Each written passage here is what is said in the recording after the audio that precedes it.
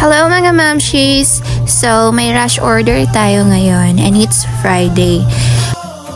Since lalaki naman yung pagbibigyan natin ngayon, gusto niya yung bouquet ay minimalist lang. Ayaw niya ng maraming abubot na nakalagay. Gusto niya simple at saka handy lang. Yung first option ni customer is yung sunflower. Kaso, hindi umabot yung delivery. Nasa Manila pa yung order natin na sunflower. Kaya, nagtanong ako kay customer kung anong gusto niyang ipalit.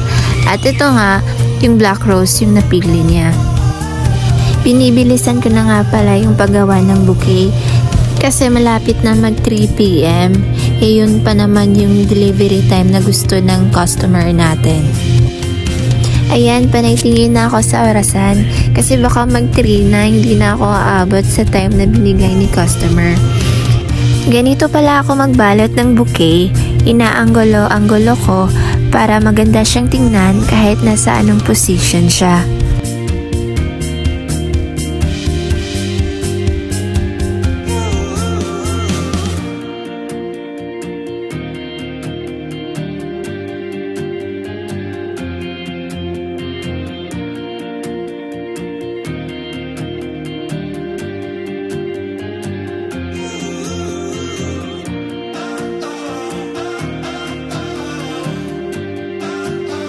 Nagre-ribbon na pala ako nito, kaya patapos na ako sa ginagawa kong bouquet.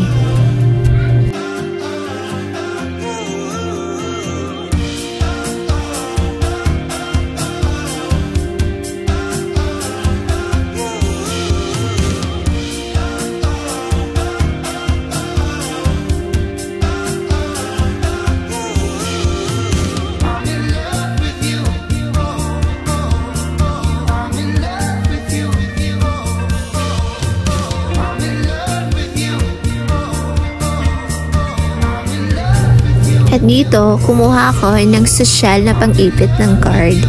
Kasi, sabi ni customer, gusto niya daw magbigay ng small message sa partner niya.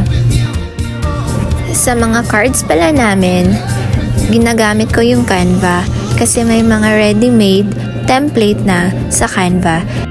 Ito na yung final looks ng order ni client. Isang customized birthday cake with Ferrero chocolate and bouquet. So, ready for delivery na. Kaya, nag-decide na kaming pumunta sa location. Ito pala ay nasa Personal Collection Building ng Maasin City Branch. Ito, nagtanong muna kami kay ma'am kung kilala ba nila si sir. At sabi naman nila, kilala daw nila. At ito yung ID nila. Kaya dahan-dahan na kami pumasok.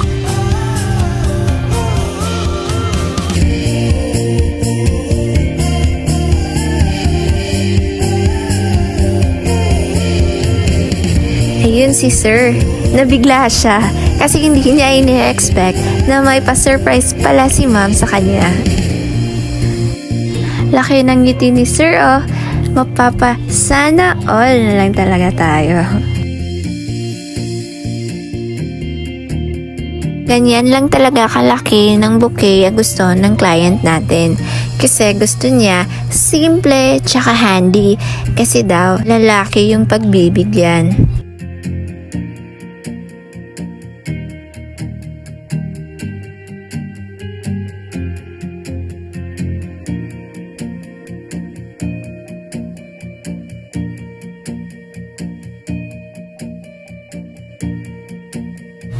At ayun lang. Thank you for watching!